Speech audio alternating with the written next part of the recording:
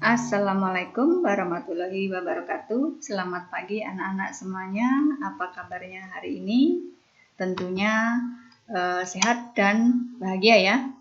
Baiklah, hari ini adalah hari pertama kita belajar IPA di kelas 9, tentunya dengan Miss Siwi.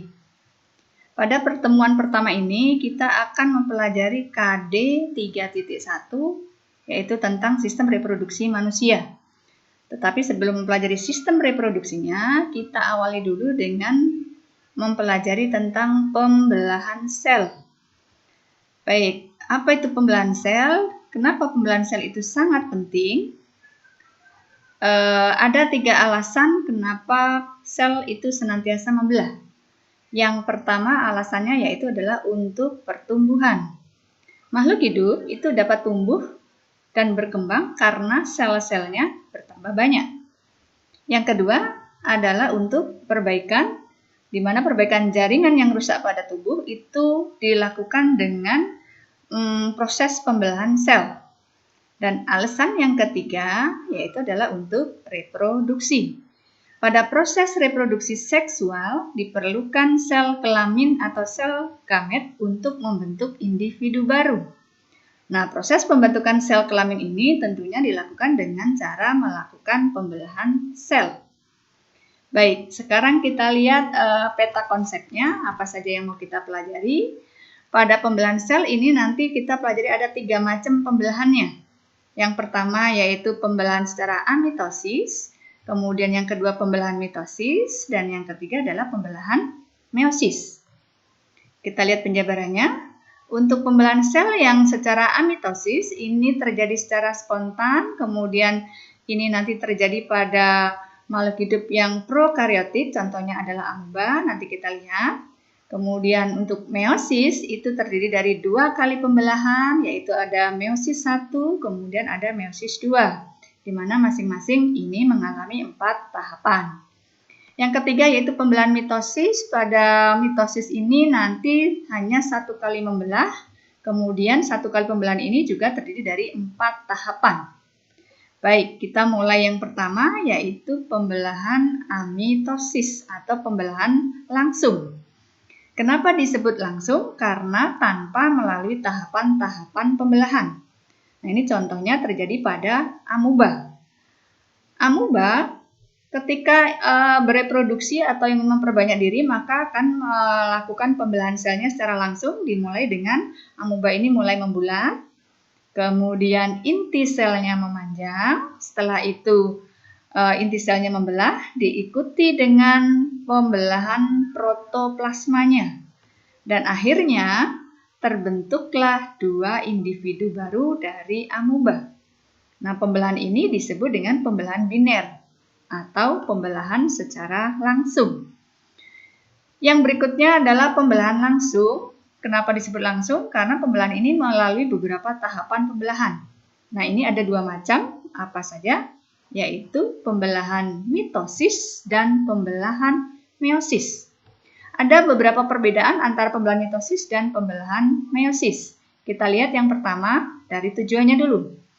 Untuk pembelahan mitosis, ini bertujuan untuk pertumbuhan dan perbaikan sel. Nah, ini terjadi pada sel tumbuh. Sedangkan meiosis itu bertujuan untuk mereduksi atau mengurangi jumlah kromosom yang bertujuan untuk membuat sel kelamin. Nah, maka terjadi pada sel kelamin atau pada sel-sel gamet. Kemudian untuk hasilnya, pada pembelahan mitosis ini menghasilkan 2 sel anakan yang identik dengan induknya.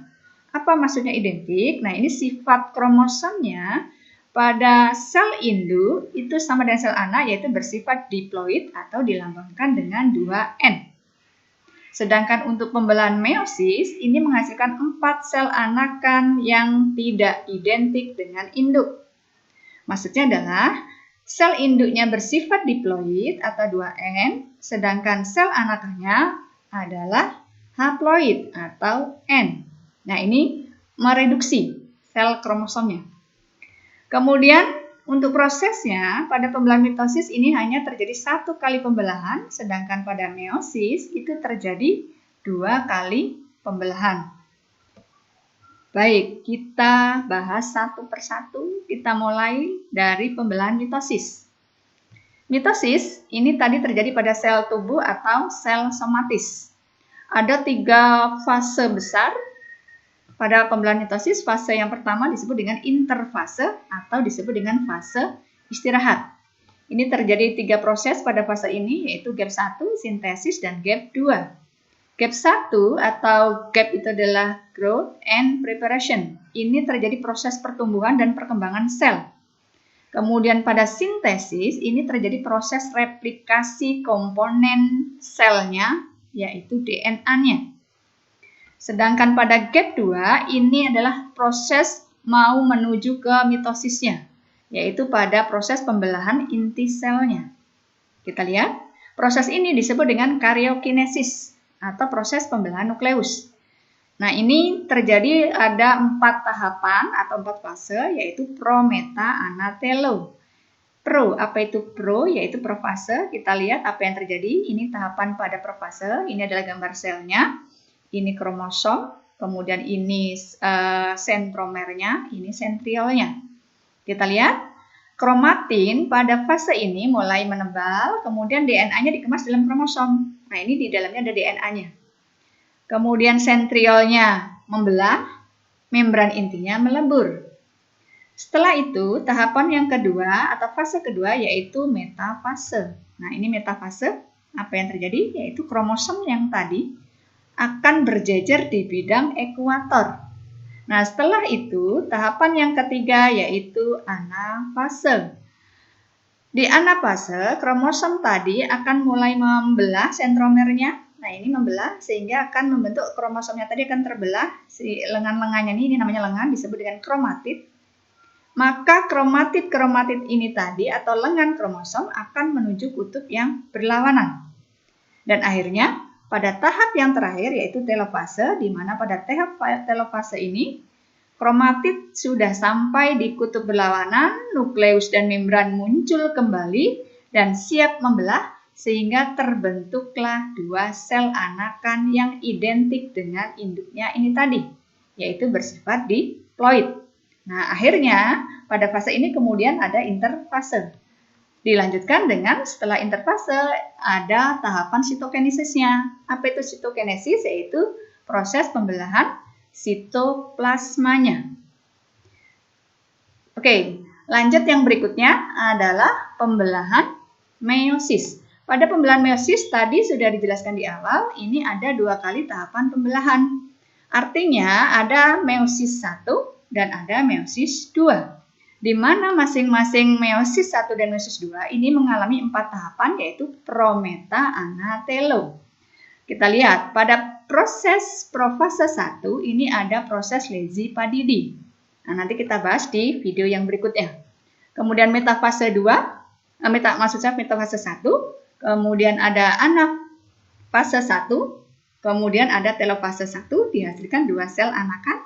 Akhirnya dilanjut lagi membelah meiosis yang kedua dan pada akhirnya dihasilkanlah 4 sel anakan. Baik, untuk lebih jelasnya kita lihat di video yang berikutnya ya. Kalian buka video pembelajaran yang kedua untuk mengulas kembali tentang pembelahan sel ini. Oke, kita lanjut di video yang kedua.